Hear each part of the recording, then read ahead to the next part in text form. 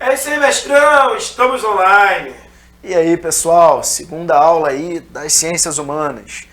Última aula aí da sexta-feira que vocês estão assistindo, né? É isso aí, vamos continuar acompanhando o nosso trabalho aqui no canal Estude com Luiz. Aula de hoje, já demos filosofia antes, já tiveram aula de história, de linguagens. Agora vamos para vamos para sociologia para fechar o dia de hoje. Beleza? Aula de hoje, identidade cultural. Uma coisa que muitas vezes passa desapercebido, que os alunos cometem muitos erros e, pelo amor de Deus, não quero que vocês cometam mais os erros comuns depois da aula de hoje. Beleza, pessoal? Não quero mais ninguém chamando árabe de muçulmano e muçulmano de árabe, não entendendo a diferença entre as duas coisas. Isso acaba na aula de hoje. Beleza, gente? Enfim, antes de mais nada, aquele pedido de sempre, o pedido costumeiro que eu já fiz mais cedo. Por favor, sigam a gente nas redes sociais. Tá aí o Instagram meu pessoal, Instagram aí também do Estude com Luiz. Também peço a vocês, segue a gente aí no canal, clica em se inscrever no canal, ativa o sininho ali da notificação que os próximos envios vai chegar aí na notificação do celular de vocês aí do YouTube de vocês. Beleza, gente? No mais, curte o vídeo, comenta, tiver dúvida aí para a próxima semana, o que eu puder estar contribuindo para vocês tirarem nota melhor no vestibular, é isso aí, tamo junto. E é isso, pessoal, não deixa de fazer isso aí que eu pedi, é muito importante para o nosso crescimento, é um enorme, um gigantesco incentivo para a gente continuar aqui online no YouTube, gratuitamente, levando conteúdo de altíssima qualidade, conteúdo esse para preparar vocês para os vestibulares aí da vida, para o Enem, para as provas de universidade estadual. E é isso. Identidade cultural, aula de hoje. O que a gente precisa saber sobre identidade cultural, que é um tema que muitas vezes passa ao largo. É uma coisa que a maioria das pessoas acha que sabe, mas que comete muitos erros e a gente vai neutralizar esses erros aí na aula de hoje. Primeira coisa, definição. O que é identidade cultural? Como é que acontece? A gente vai falar também um pouquinho sobre cultura, o que é cultura, como ela se manifesta, o que é identidade cultural e a sua relação com a cultura. Já tivemos aula sobre o que é cultura, se vocês quiserem complementar esse conteúdo, volta lá, assiste a aula O que é cultura em sociologia. Vamos falar também dessa identidade cultural de grupo, quais são os grupos culturais, como a gente divide, né? E a gente vai discutir também se existe múltiplas identidades culturais quando existem múltiplos grupos. Por exemplo, eu posso ser brasileiro e eu posso ser botafoguense. Eu tenho duas identidades. Eu tenho a identidade cultural de ser brasileiro e a de ser botafoguense, de ir lá para o Engenhão ver jogo aqui do pessoal do Rio. Ou então posso ser corintiano, gremista.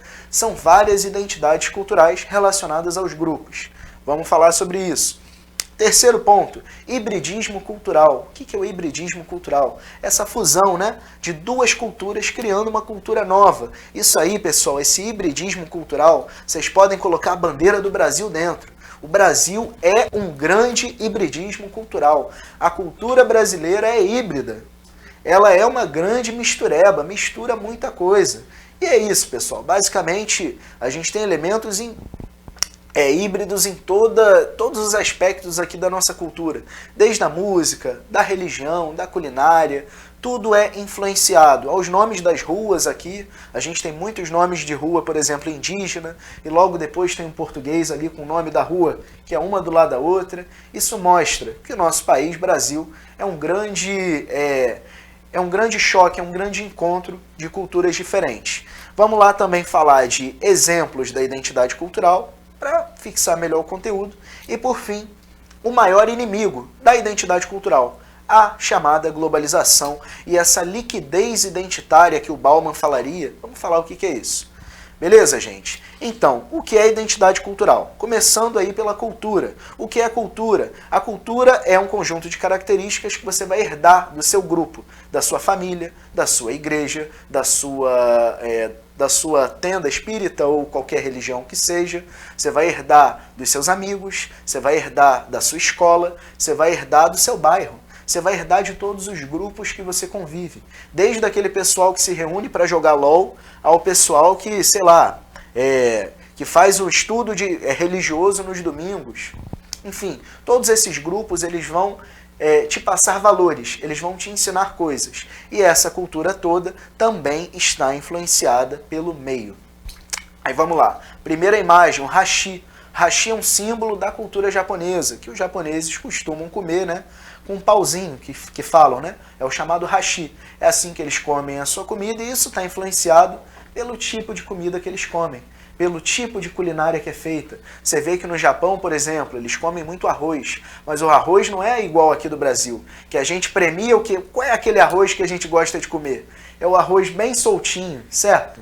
Arroz bem soltinho, cheio de margarina, taca a margarina no arroz, pimenta do reino, sal, faz a misturada e deixa ele bem soltinho. Lá no Japão não, o arroz é um outro tipo e o arroz é bem coladinho. É bem coladinho, faz o sushi, faz tantos outros pratos japoneses. E lá, devido à característica culinária, vai se misturando com a cultura, eles comem com hashi. O outro exemplo aí que mostra o quanto a cultura está ligada ao espaço, está ligada ao contexto geográfico, a carne de baleia. Vocês já comeram isso aqui no Brasil? Eu nunca comi. Sanduíche de carne de baleia. Vai lá no podrão, fala, pô, blend de carne de baleia, 200 gramas aí, você mistura, faz um artesanal de carne de baleia com, ao invés de botar queijo e presunto, bota tentáculo de polvo por cima. Não tem isso aqui no Brasil, certo, pessoal? Por quê? Essa carne de baleia, que é o outro exemplo que eu dei, é usada muito nos países nórdicos. Escandinávia como um todo, Dinamarca, Noruega, Suécia, Finlândia, partes da Rússia, Groenlândia, todos aqueles países ali do norte. Come-se muita carne de baleia. Por quê? Justamente por conta da característica geográfica do local. Não tem muita oferta de alimento. Como não tem muita oferta de alimento, tudo vem do mar. E a baleia, vocês podem ver que é carne vermelha, porque é um mamífero. Aí a carne até, se vocês verem sem a pele, né, parece até um belo bife de boi. É muito engraçado isso. Deve estar mais barato, México. Mais barato do que a picanha aqui no Brasil. Tá mais barato. Certeza. Ó, uma dica para vocês. Não tá podendo comprar picanha aí, tá complicado, compra carne de baleia. Manda trazer que vai estar mais barato. Vai sair mais barato. Vai sair mais barato. Moral da história. A cultura, então, ela é moldada pelo ambiente, ela é moldada pelas características físicas que aquele povo vive, mas também está moldada pelos próprios hábitos que são formados ao longo do tempo. Beleza, pessoal? Agora, a cultura, além de ser uma expressão de um povo, ela também impõe uma norma. Quando a cultura afirma que o povo brasileiro gosta de comer arroz com feijão, quando uma pessoa não gosta de comer arroz com feijão, ela é considerada o quê? Esquisita. Ela é considerada estranha. Ela é considerada um corpo estranho naquele meio social. Ela está fora da sociedade quando ela não obedece às normas da cultura. Então, por exemplo, coisa típica da cultura brasileira há 50 anos atrás. Caramba, 60, 70 anos atrás, o casamento. Quem não se casa, naquela época, era considerado esquisito, pouco convencional, fora da cultura. Hoje em dia, há uma modificação aos poucos no campo da cultura, onde a pessoa que não se casa ela é normal. Basicamente é isso. Então a cultura ela vai também impor pra gente o que o Durkheim vai começar a chamar, quando é muito firme, de fato social. Aí, exemplo, primeiro caso, escada rolante. Teve uma vez que eu estava andando aqui pelo Rio de Janeiro, pela Uruguaiana. Não tinha costume de andar no metrô, 5 horas da tarde eu andando na Uruguaiana. Cheio, tudo cheio. E aí fui subir a escada rolante, né? Nesse caso aí da escada rolante não tinha tanta gente, eu fiquei no meio da escada rolante. Passou um cara com uma pressa, mas ele falou um negócio tão grosso, foi tão grosso assim, tipo ele falou, sai da frente, só que de uma forma extremamente grossa. Por quê? Eu, naquele momento, estava desobedecendo uma lei cultural.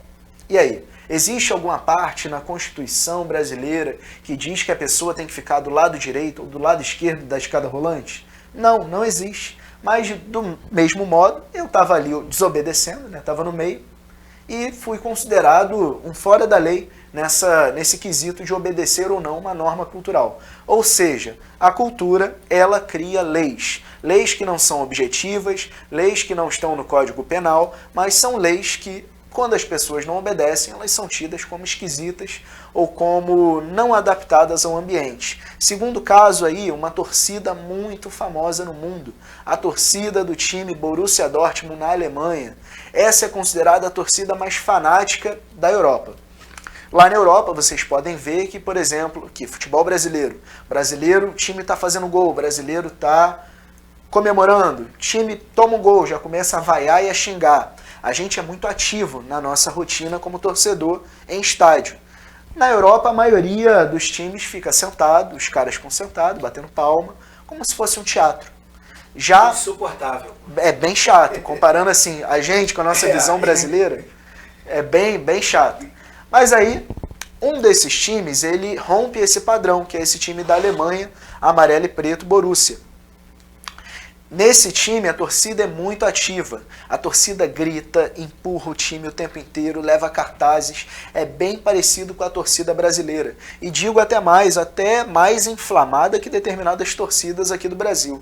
Aí, moral da história. Por mais que a norma na Europa seja se sentar e assistir o jogo, a norma daquele microgrupo, que é aquela torcida específica, se eu chego lá e sento e quero assistir o jogo, eu sou considerado esquisitão, eu estou considerado ali estranho, desobediente da norma que a cultura impõe. Então, o que vocês precisam saber? A cultura, ela está em constante transformação, ela é transmitida por todos os grupos e ela também impõe o que é certo e o que é errado, por mais que não esteja na lei, né?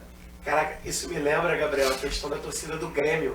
A torcida do Grêmio, no antigo estádio, no Olímpico, ela tinha o costume de, quando saía o gol do time, fazer uma avalanche. Descia todo mundo correndo, fanaticamente, um empurrando o outro. E era um hábito muito importante da torcida. E quem não quer descer? Vai ser empurrado junto. Isso. E aí tu vai pra trás do gol, tu sabe que vai rolar a avalanche. É isso aí. Depois você cria uma norma de segurança que proíbe a avalanche, que faz com que o torcedor tenha que ficar sentado. Isso gera uma grande insatisfação da torcida. É justamente aí, como o Igor falou, é um caminho em que a lei vai se opor à cultura. E aí, qual é o certo, qual é o errado? Certo, pessoal? Aí continuando, o que é a identidade cultural? A identidade cultural, então, vai ser como a gente se vê em meio a essa cultura. Por exemplo, não no meu caso, mas um caso hipotético.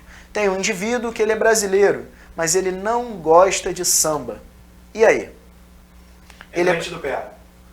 O quê? É ruim da cabeça ou doente do pé? É ruim da cabeça e doente do pé, que o Igor adora o samba. Por exemplo, o cara não gosta de samba. Brincadeira de que alguém me xinga aí. Enfim, o cara, por exemplo, ele mora, deixa eu ver, no Pará e não gosta daquele festival Bumba Meu Boi, que é um festival típico aí do Pará. Ou, sei lá, o cara é carioca e não gosta, deixa eu ver, do funk. O cara é carioca e fala, odeio funk é muito ruim, carnaval. Odeio carnaval e tudo mais.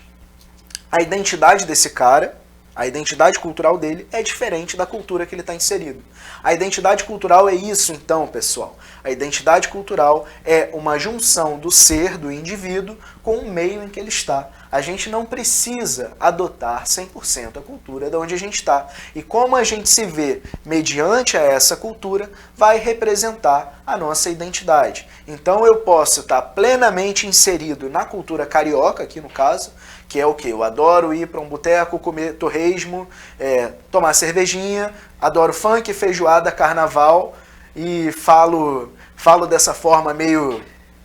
Como é que eu diria? Cantada. A forma meio cantada, forma meio malandra de ser, sei lá, é o estereótipo do carioca. Mas o cara pode falar de uma forma diferente, né? Pode falar de uma forma mais rebuscada, e aí? Ele não está tão inserido.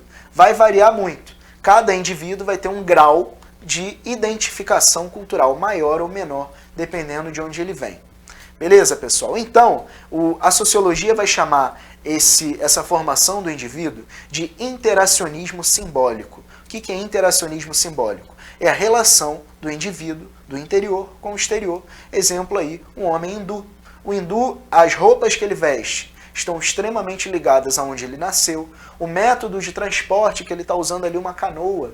Será que se ele nascesse nos Estados Unidos, ele estaria andando de canoa naquele momento? Não. Ele estaria andando de carro, muito provavelmente. Ou seja, esse interacionismo simbólico é o cerne da aula de hoje. A ideia principal que vocês precisam entender, que o indivíduo ele é individual, ele tem capacidade de escolha, mas ele é muito influenciado pelo seu meio. É muito. Para o cara ser carioca e não gostar de funk, é melhor ele se mudar do estado, porque é funk aqui, pessoal, não sei quem não é do Rio, mas aqui é funk de manhã até de noite que toca. Não tem como você não escutar funk saindo na rua no Rio de Janeiro, que vai estar tocando. Enfim, é isso. O indivíduo ele tem a autonomia, mas ele também está amarrado ao grupo que ele vive, à cultura que ele está inserido. Enfim, continuando. Como existem, então, várias identidades culturais dentro de uma mesma sociedade, é o que eu falei, tem várias identidades. O cara pode ser carioca, ele pode ser brasileiro, mas ele pode ser carioca, ou pode ser paranaense, ou do Rio Grande do Sul, ou do Rio Grande do Norte. Ali tem uma identidade cultural nacional e uma identidade cultural estadual. E dentro desse mesmo estado, ele pode ser um cara de direita ou de esquerda, e ele vai ter uma identidade política, cultural também. Ele pode ser católico ou protestante, vai ter uma identidade religiosa. São várias identidades. E devido a essas várias identidades, as pessoas se diferenciam. Exemplo que eu coloquei aí já da Idade Moderna, Galileu Galilei. Galileu Galilei, importante cientista, já falamos sobre ele na aula de filosofia. Tá com dúvida, vai lá. Importantíssimo cientista aí, deixou uma marca enorme, italiano e tudo mais. Ele era um homem da ciência, era um cara que foi preso pela Inquisição. E aí tem um outro cara, que também é italiano, que também viveu na mesma época do Galileu, que é o Papa Urbano VIII.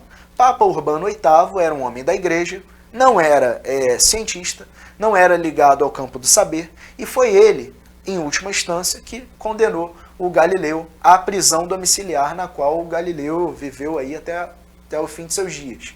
Basicamente, são dois indivíduos no mesmo tempo histórico, e esses dois indivíduos tiveram vidas totalmente diferentes, eles se ambientaram na cultura de uma forma totalmente diferente. O Galileu, se ele obedecesse a cultura dele na época, ele seria um religioso, ele não questionaria os dogmas da igreja, ao passo que o Urbano VIII, se ele começasse a se inteirar na nova cultura europeia que estava surgindo, que era a cultura ligada à ciência, ele não seria papa, muito provavelmente ele seria um amante da ciência, um cientista. Moral da história, o ser humano, mesmo com essa identidade cultural, mesmo com essa cultura que é inserida nele, ele ainda pode se diferenciar e, nesse caso, ele pode até se tornar antagônico, né, um ao outro. Continuando, outro exemplo aí da identidade cultural. Essa imagem está mostrando os espanhóis chegando na América e um grupo de nativos da região, né, recebendo eles de forma calorosa.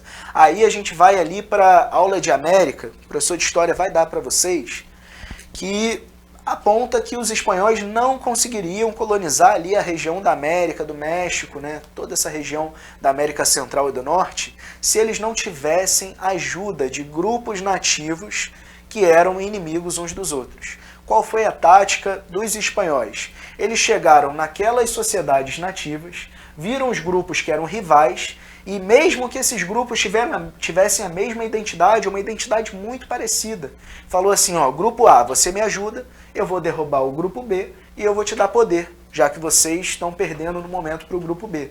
Deu para entender, pessoal? Então, mesmo que a identidade cultural desses dois grupos fosse muito parecida, eles preferiram, o grupo A preferiu se aliar aos espanhóis para derrubar, quer dizer, o grupo B, ele se aliou aos espanhóis para derrubar o grupo A. É para vocês entenderem que o ser humano ele não está amarrado à identidade cultural. Ele pode, inclusive, ser amigo dos seus algozes, de alguém que seja muito diferente. Beleza? Agora já falando dessa identidade cultural de grupo, que é uma coisa que eu preciso demais que vocês tenham frisado na aula de hoje, que vocês não confundam de forma alguma. Que isso aí muita gente confunde. Vou bater nessa tecla porque é um erro grave em sociologia, os alunos aqui do nosso canal repetirem isso. Vocês são diferentes, vocês estão buscando conhecimento, não vão repetir. Enfim, como eu falei, existem vários critérios para delimitar os campos culturais. A língua, um povo que fala a mesma língua, vai ter ali uma cultura em comum, mas esse povo pode ter uma etnia diferente, pode ter uma religião diferente, pode pensar a arte, desejar a arte de forma diferente, e também pode pensar ciência de uma forma diferente. Aqui tem 3 imagens, primeira imagem a bandeira aí do Estado de Israel, e 2 homens que são do Estado de Israel. O primeiro é um intelectual ateu, já falei dele na aula de filosofia, vocês podem pegar a referência aí. É um intelectual que é ateu, mas ele mora no Estado de Israel. Ele mora lá. Agora, ele é ateu. E o segundo é um judeu ortodoxo que também mora no Estado de Israel. Qual é a diferença aí, o que eu quero que vocês entendam? Os dois, eles são judeus, são israelenses, né? Porque eles nasceram no Estado de Israel, mas só um é judeu e o outro é ateu. Ou seja, não dá para vocês dizerem que todo mundo que nasce no Estado de Israel é judeu. Porque o cara pode ser agnóstico, católico, ateu, ter qualquer religião possível, ou não ter nenhuma religião. Mas ele nasceu nesse Estado de Israel. É aí que está o pulo do gato. Nacionalidade, em determinados casos, é uma coisa. Nacionalidade nesses países é uma coisa, religião é outra. Mas muitas vezes a gente aqui do Ocidente, a gente fala, nasceu em Israel, é judeu. Mas não, o cara pode ser ateu, o cara pode ser agnóstico. Assim como o outro é um judeu ortodoxo, que é um judeu até muito radical, né? Para a maioria dos judeus desse Estado de Israel. Para vocês entenderem basicamente essa diferenciação e não cometerem erros de dizer, né, que todo mundo que nasce em Israel vai ser de uma religião. Segundo exemplo, aí é o que mais acontece, nem tanto esse dos judeus e dos israelenses nem acontece tanto, mas agora o dos árabes, o que eu já escutei, meu Deus do céu, por favor pessoal, vamos abolir isso agora, vamos abolir, não vamos repetir. Vamos lá, árabe é uma coisa, árabe é etnia, é da etnia árabe, muçulmano é outra, é a religião muçulmana, acredita em Alá, acredita em Maomé, e é isso, monoteísmo parecido ali com cristianismo, judaísmo, monoteísmo bem antigo, enfim. Ou seja, eu posso ser árabe e não preciso ser muçulmano. Eu posso ser muçulmano e não preciso ser árabe, mas eu também posso ser os dois, beleza? Primeira imagem aí que está no fundo é um cristão, é um sacerdote da igreja, sacerdote cristão, que ele é árabe, não é muçulmano. E aí? Para vocês entenderem. Segunda imagem ao fundo é o Mahmoud Ahmadinejad, difícil de falar demais esse nome. Ele é ex-presidente do Irã. Ele é extremamente muçulmano, assim como todo o povo do Irã, muita gente, né, a grande maioria. Extremamente muçulmano, defende o Alcorão, os valores muçulmanos e tal. Mas, pasmem, ele não é árabe. O povo iraniano, ele tem origem persa, que é outro povo ali do Oriente Médio, né? Um povo diferente do povo árabe. Então ele é muçulmano, mas não tem a etnia árabe, ele tem a etnia persa. Terceiro caso, que aí já não é um caso verídico, né? Uma série, a série Homeland, que é muito famosa nos Estados Unidos. Essa série ela narra basicamente a história de um militar norte-americano que ele vai fazer uma missão no Oriente Médio.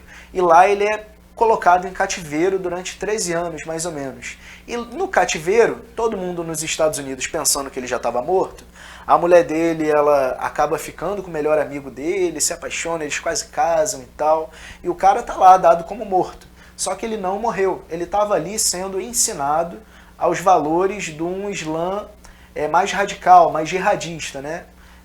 Um Islã de combate aos Estados Unidos. E aí, depois ele aparece na mídia e diz que voltou. Volta aos Estados Unidos com muito prestígio, herói de guerra. Ele tenta se lançar político, mas na verdade, já dando spoiler da série, infelizmente a aula tem que ter spoiler.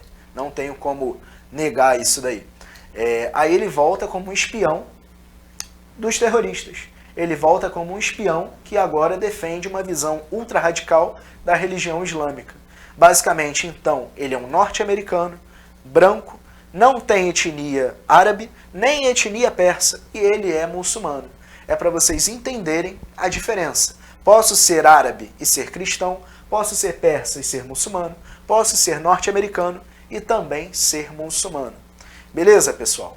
Agora, já falando da questão do hibridismo cultural. O que é o hibridismo cultural? Essa coisa que fundou o Brasil, essa coisa que está presente na nossa fala, que está presente nas nossas ruas, no nosso gosto, na nossa cultura como um todo. A nossa cultura é híbrida. O que é isso? É um processo que ocorre naturalmente quando você coloca duas culturas muito diferentes, ou até razoavelmente diferentes, elas vão ao longo do tempo se misturando num determinado lugar e criando uma cultura nova. Por exemplo, aí o caso da Umbanda. Não sei se vocês sabem, espero que sim, que a Umbanda é uma religião brasileira. Foi fundada aqui no Brasil. Ela vai reunir elementos do cristianismo aliados a elementos da religião do candomblé de matriz africana. Vão misturar esses elementos, algumas linhas da Umbanda vão ser mais ligadas ao cristianismo, outras mais ligadas ao candomblé. Vai ter aí uma variação interna dentro dessa religião brasileira. Mas ela é um grande exemplo de hibridismo cultural, quando duas religiões se unem para criar uma nova religião. Beleza, pessoal? Basicamente é isso que o hibridismo cultural representa. E aí temos outros exemplos. O pagode, por exemplo, o Igor pode ajudar? Tem. Pagode? É a fusão aí do samba com qual outra? Qual? Na verdade, o samba é uma grande fusão, né? Porque você tem grandes ritmos e grandes gêneros de matrizes africanas que se combinam, dando origem a vários tipos de samba. E a gente tem o samba de terreiro, o samba de roda, tem o jongo, que vai ser uma variação que vai alimentar o samba. O pagode seria uma pegada mais pop, então você já tem instrumentos do pop, do rock. Então no pagode você tem, além do tantã, do pandeiro, a guitarra, o violão, o sertanejo universitário também, que vai ter a viola caipira com o violão, com a guitarra. Já vai juntando com a indústria cultural. Isso. É isso aí, pessoal. O professor de geografia é especialista em samba. Se vocês tiverem qualquer dúvida, é só perguntar para ele. Enfim, o próprio samba aí, como o Igor falou, é uma coisa tipicamente brasileira que vem de vários tipos de música africana. E o pagode já vai pegar esse hibridismo brasileiro e vai fundir com uma parte de elementos aí da indústria cultural, dessa indústria globalizada da cultura. Moral da história, o hibridismo do hibridismo.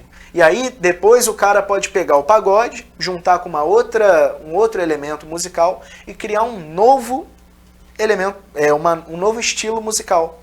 Moral da história, o hibridismo ele não tem limite. Ele começa primariamente, ele vai para um nível secundário, terciário, quaternário e assim por diante. E o Brasil é um grande exemplo desse hibridismo cultural. Beleza, pessoal? Aí, exemplos de identidade cultural, só para vocês fixarem, que entenderem como funciona a nuance da coisa. Religião, por exemplo, coloquei duas fotos aí. Primeira foto, o budismo, que é o budismo tibetano, aquele budismo que é o original, que é o inicial, e o outro budismo japonês. Japão, Tibete, países diferentes, cultura asiática, tem alguma coisinha em comum, mas são culturas diferentes e tem uma mesma religião.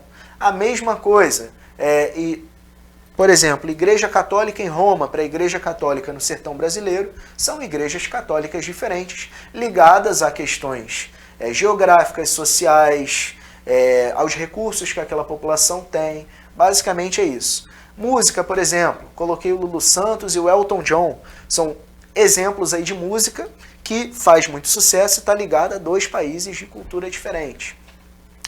Literatura, aqui no caso do Brasil, a gente tem a literatura de cordel, super famosa na região Nordeste, super importante. Tem também aí o Hamlet, do Shakespeare. São exemplos de literatura que estão passando aí do limite do nacional, tanto que a literatura de cordel é conhecida internacionalmente e o Hamlet é conhecido mundialmente. São dois exemplos aí também para a gente entender. Aí, por fim, para vocês terem mais um exemplo de hibridismo cultural. Esse aí o Brasil adora fazer, mas ele faz demais. Mas é demais, pessoal. Primeiro exemplo, cultura tipicamente brasileira, feijoada. Feijão com embutidos, aquela carne de porco bem salgada, aquela coisa toda que vocês todos brasileiros conhecem, que o Igor está salivando aí. Entre o feriado, no final de semana, já falamos de boteco, torresmo, cerveja, feijoada, samba. Essa é a aula das coisas boas, pessoal. Aí no meio a gente tem uma imagem de uma pizza italiana. Pizza italiana, ela é considerada, em geral, ela tem uma massa mais leve, ela leva bastante mussarela, manjericão, tomate, não é uma pizza muito carregada. Tradicionalmente, na Itália, não se come uma pizza muito carregada, cheia de carne, cheia de linguiça, não. Em geral, segue muito aquela linha ali da margherita. Quem tiver com fome essa hora, já deve estar até jantando. Já segue a linha da margherita. Manjericão, mussarela, bastante molho de tomate. Aí tem a brasileirada, para vocês verem aí. O que o brasileiro gosta de fazer? Ele pega a cultura dos outros países e pensa, como é que eu posso deixar esse negócio aqui mais... Como é que eu posso deixar melhor? Vou dar um tchan na Vou dar um tchan, vou deixar mais gorduroso. Aí o que o brasileiro faz? Ele pega a pizza italiana, deixa a massa mais pesada, mais gordurosa, enche de linguiça, de cebola e bota coxinha nas bordas, pessoal. A pizza tem borda de coxinha. A pizza pode ser de carne seca, mas a borda é de coxinha. E não é só coxinha, é uma coxinha com catupiry, que tem que ter mais coisa.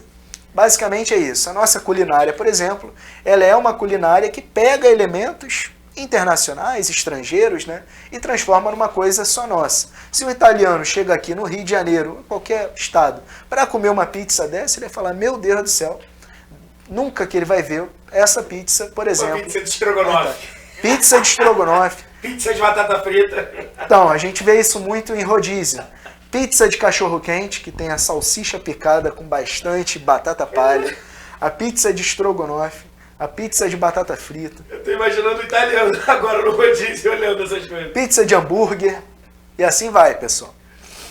Enfim, agora, por fim, para a gente terminar a nossa aula, vamos falar da globalização e de como esse fenômeno da globalização ele está atacando a identidade cultural, como ele está mudando a identidade cultural, como ele está deixando tudo muito uniforme. Beleza, gente? Primeira coisa, só frisando, a cultura está sempre em movimento. A cultura ela se move de acordo com os acontecimentos do que rola na sociedade. Por exemplo, a gente está tendo uma pandemia ainda, teve uma pandemia aí por um longo tempo, vai fazer 3 anos ou já fez? Não tenho certeza. 2 anos e pouco, né? 2 anos e pouco. E antes da pandemia, quase ninguém tinha o hábito de usar máscara. Aí, por exemplo, agora que já está liberado o uso da máscara, não é mais necessário, em alguns casos e tal, já flexibilizou bastante. E às vezes eu estou na academia, por exemplo, e chega um amigo meu e ele está de máscara. E ninguém mais está usando, só ele. Aí eu falo, pô cara, tu tá doente? Fez algum teste? Ele, não, só estou gripado. Ou então eu vejo uma pessoa na rua de máscara num dia bem frio. Ela só está usando para proteger do frio. Ninguém antes fazia isso, mas agora faz porque a cultura está sempre em movimento. É muito capaz, pessoal, daqui a 5 anos, volta e meia a gente encontrar alguém de máscara por conta da pandemia. A pessoa usou a máscara, passou a gostar, porque, por exemplo, você bota a máscara e você está numa reunião de trabalho que você está bem insatisfeito. Você está lá de máscara, murmurando, reclamando. Você pode fazer isso. Então algumas pessoas vão poder usar, vão continuar usando. Dirigindo. No trânsito. Toma uma fechada, tá de máscara. Aí você pode fazer caras e bocas lá que ninguém vai ver. Você pode andar na rua e falando sozinho. São várias utilidades aí da máscara e muita gente continua usando. Sobretudo no frio, quando tá batendo aí 17, 18 graus, 16 graus, como tá fazendo aqui, aí o pessoal já usa para proteção. Isso mostra que a cultura é extremamente cambiante, vai sempre mudando conforme o tempo passa. E, Gabriel, pô, perturba, é um problema eu aqui gravando, mas eu lembro, tu tem link com o material anterior que falou da pizza. Cara, esse lance da máscara, como os médicos se desesperavam quando o brasileiro começou a usar a criatividade para produzir máscara. Era máscara de almocinha, de florzinha, de personagem, de marca, máscara transparente, de garrafa PET. Face shield, que aí falavam que protegia mais, mas não protege tanto. E o desespero dos médicos, porque a eficiência vai para segundo plano. Porque o brasileiro ele faz isso, a gente pega a pizza e faz a pizza de coxinha. Então a gente dá uma mudada nas coisas. A nossa cultura a gente tem uma cultura de transformar a cultura. É engraçado falar isso, mas é verdade. Então lançou a máscara, o pessoal, máscara transparente, máscara de crochê, cheia de buraco, passando tudo. Virou um acessório de moda.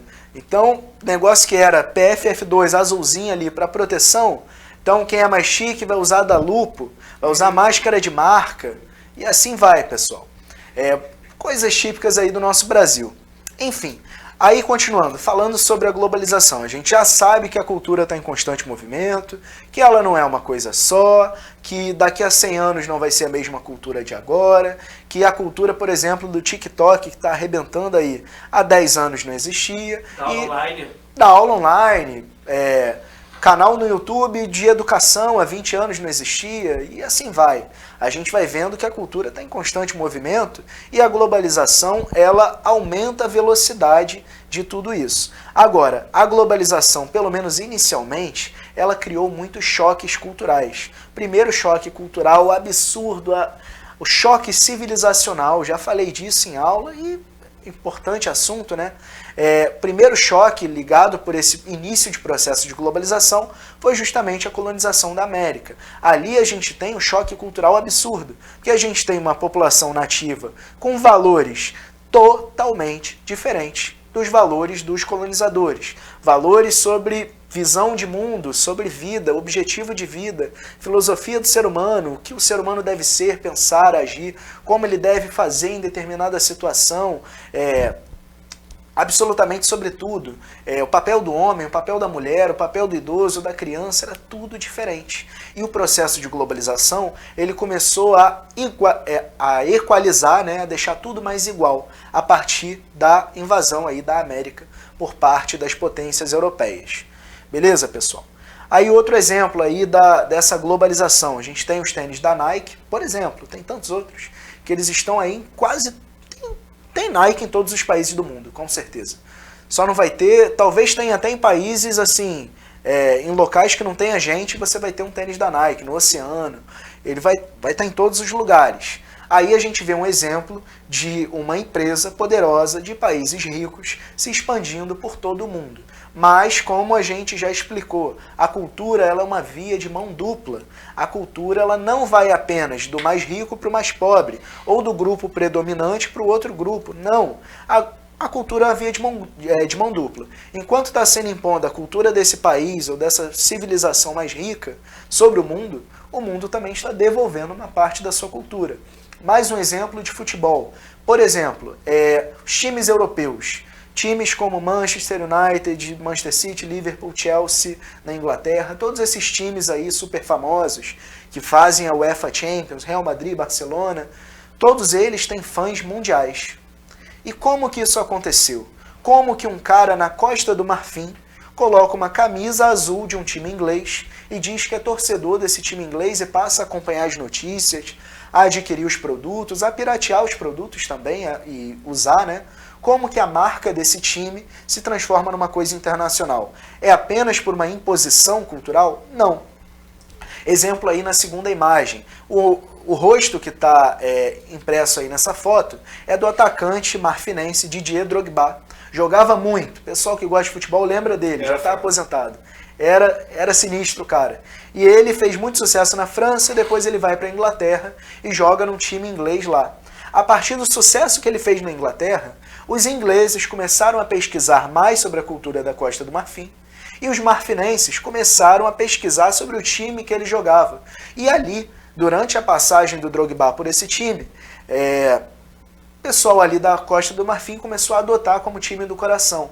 E a partir daí a gente vai vendo o outro lado da globalização. Não é só potências europeias, Estados Unidos, impondo cultura mundialmente, embora aconteça. Mas também tem o outro lado em que essas populações que estão recebendo essa informação cultural, elas também deixam um legado, também deixam uma contribuição para uma chamada cultura global que cada vez mais vai tornando a identidade cultural muito difusa, né? Vai mudando cada vez mais rápido.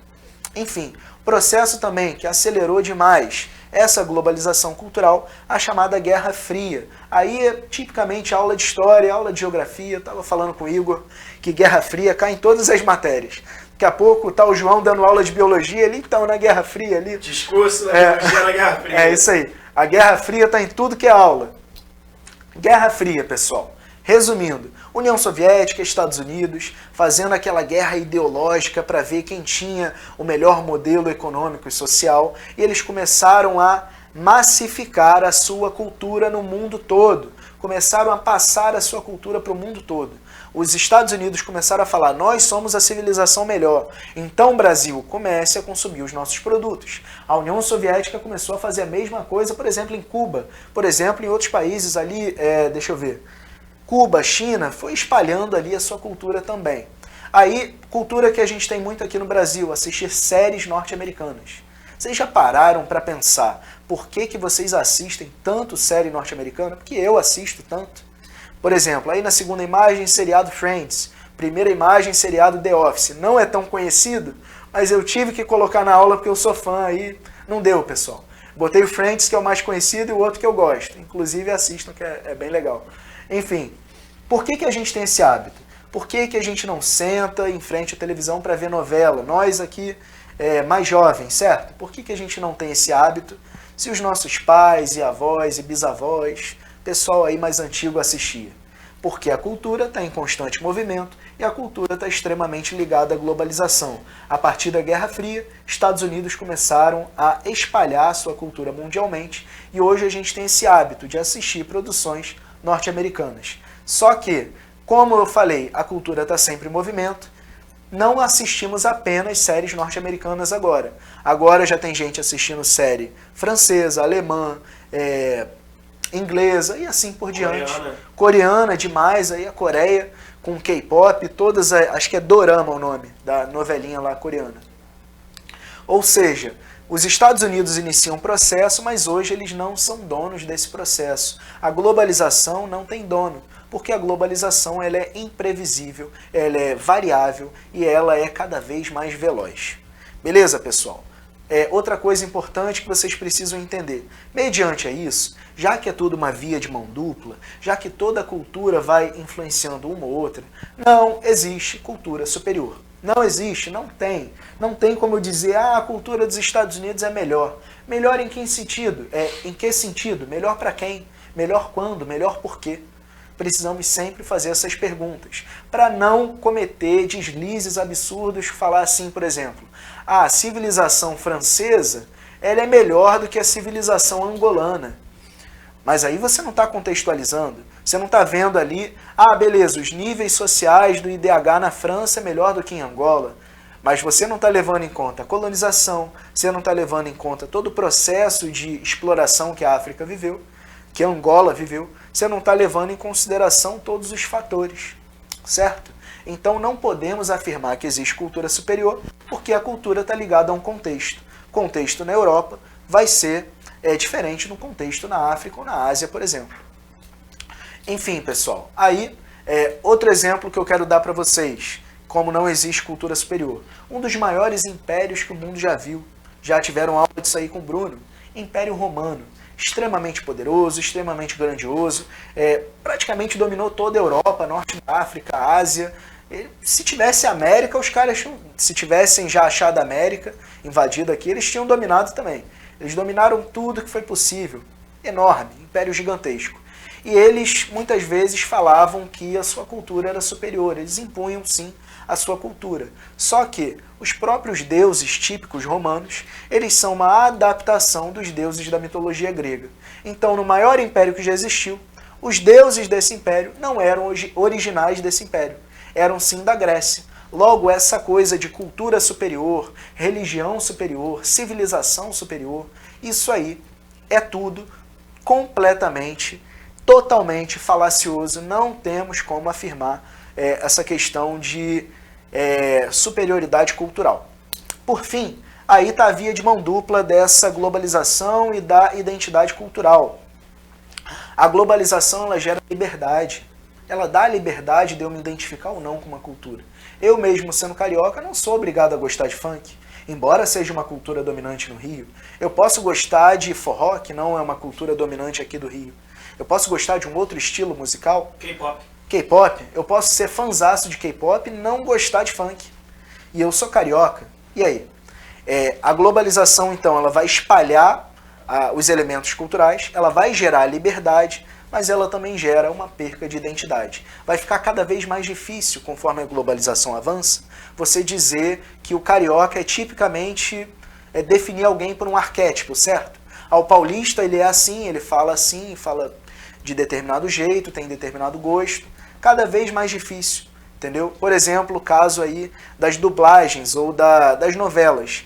Nas novelas é pedido encarecidamente que não se use sotaque regional, porque o processo é esse, de espalhar uma cultura homogênea por todo o Brasil, pela América Latina, pelo mundo todo. A tendência da cultura é ficar muito igual.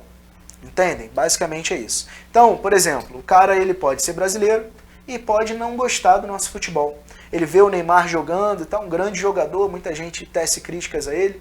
Enfim, o cara pode não gostar do futebol brasileiro, futebol normal, e pode gostar do futebol americano, pode conhecer todos os jogadores, a tática, como é que se faz. O cara pode até querer ser jogador de futebol americano sendo brasileiro. E aí, a gente vai criticar esse indivíduo? Não. A gente vai simplesmente entender a sua característica, né? Mesmo que ele perca a sua identidade cultural. Por fim, para a gente fixar a matéria, citação aí do pensador jamaicano que vive na Inglaterra, o Stuart Hall, vai falar o seguinte: o sujeito assume identidades diferentes em diferentes momentos, identidades que não são unificadas ao redor de um eu coerente. Dentro de nós há identidades contraditórias, empurrando em diferentes direções, de tal modo que nossas identificações estão sendo continuamente deslocadas. Ou seja, cultura é movimento, movimento é cultura. Valeu, gente. Show de bola? Fechamos. Fechamos, Igor. Valeu, vamos fechar. Só pedir pra galera depois baixar o material e fazer os exercícios. Baixar o material, fazer os exercícios, está tudo em PDF. Antes de terminar a aula, por favor, seguir a gente aí nas redes sociais. Por favor, também se inscrever no canal, clica no botão de se inscrever se você ainda não fez isso. Vai ajudar demais, não esquece, clica aí. E além disso, ativar o sininho aí da notificação, comentar o vídeo com qualquer dúvida, observação, curtir o nosso vídeo também vai ajudar demais. Valeu, gente. Brigadão aí.